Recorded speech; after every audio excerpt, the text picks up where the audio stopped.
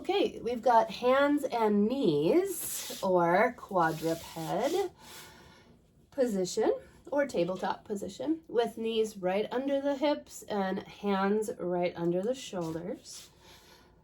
What can help you to stay stable when we're doing hand slides is to press your tops of your feet gently down and your shins into the ground.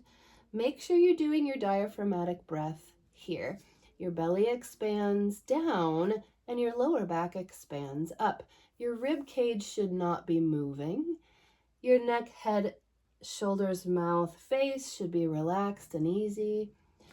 And as you slide an arm forward and then slide it back, you're going to inhale out and exhale back. You're going to take that big diaphragmatic inhale and exhale back. We can also play with direction here. Sideways, circles, kind of like washing the floor.